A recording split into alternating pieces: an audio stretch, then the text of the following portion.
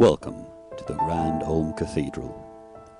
To be completely honest, calling it a cathedral is actually inaccurate.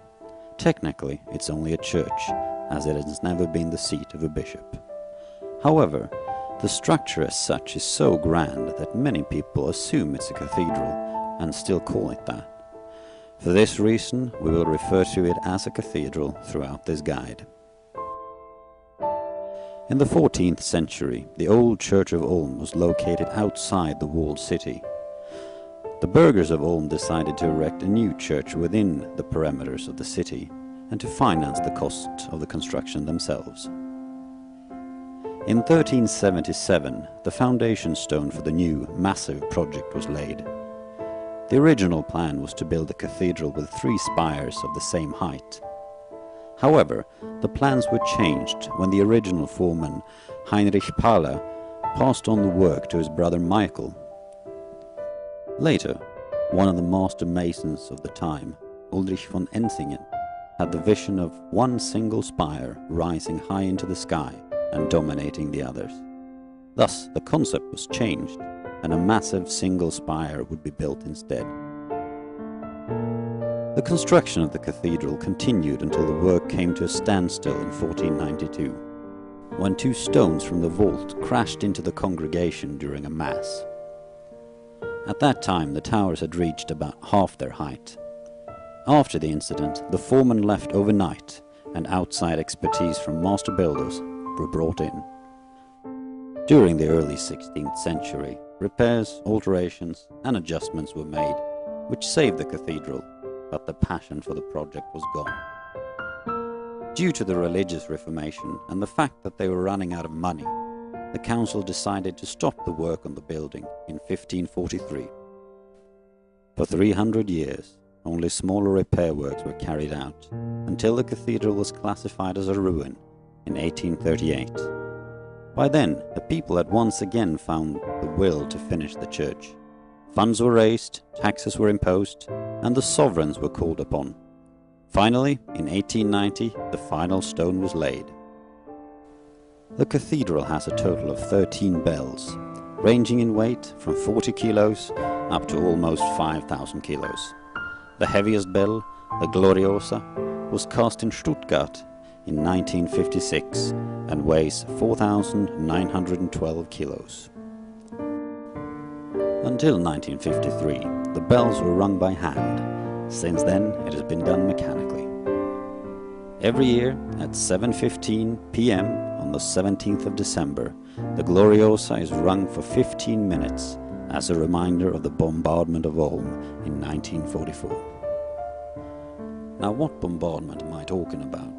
Well, during the Second World War, the city of Ulm was heavily bombed. During the heaviest air raid, on December the 17th, 330 Allied bombers dropped 1,449 tons of bombs during a 25-minute raid. German barracks, military hospitals, and lorry factories were the main targets. But 81% of the city center was also destroyed. Hundreds of people were killed, and 25,000 were left homeless. However, the cathedral remained standing amongst all the ruins. Most likely because of its historical value and because it could be utilized as a navigational landmark for the Allied bombers. One special treasure within the cathedral is the foundation stone relief. This piece of art, which can be found to the right of the seats, is a vision of the hard work to come in the process of building the cathedral. The stone pictures the former mayor of Ulm, Lutz Kraft, and his wife as they place a model of the cathedral on the shoulders of the foreman. If you take a look at the stone, you will see that the foreman and architect, Heinrich Paller, looks rather worried about the size of the project that he's gotten himself into. In retrospect, I guess you could say Heinrich was right. When looking at the outside of the cathedral, you will see that all the pillars and decorations are pointing upwards towards the sky. This is a symbol for trying to reach up to heaven, which is typical of Gothic architecture. Also, take a close look at the roof of the main hall, near the spire. There you will see the statue of a small sparrow, which happens to be the symbol of the city of Ulm. This is hardly surprising, as the city is full of sparrow symbols. The citizens of Ulm even call themselves Spatzen, meaning sparrows. The story behind this is that during the transportation of material for the cathedral construction, workers had a problem entering the gate with an overloaded cart. According to the legend, a sparrow flew by with a long straw in its mouth. The sparrow flew to its nest and turned the straw lengthwise to push it into the narrow space. Instantly the coin dropped for the workers, who then rearranged the material on the cart to fit the entrance of the gate. Today, the old Minster, as the cathedral is called, can boast being the largest church in southern Germany and being the tallest church in the world. The main tower is an impressive 161 meters tall.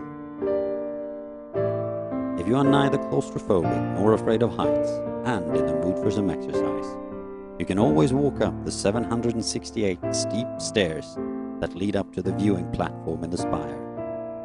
From 141 meters above the ground, you will get a spectacular view of the region.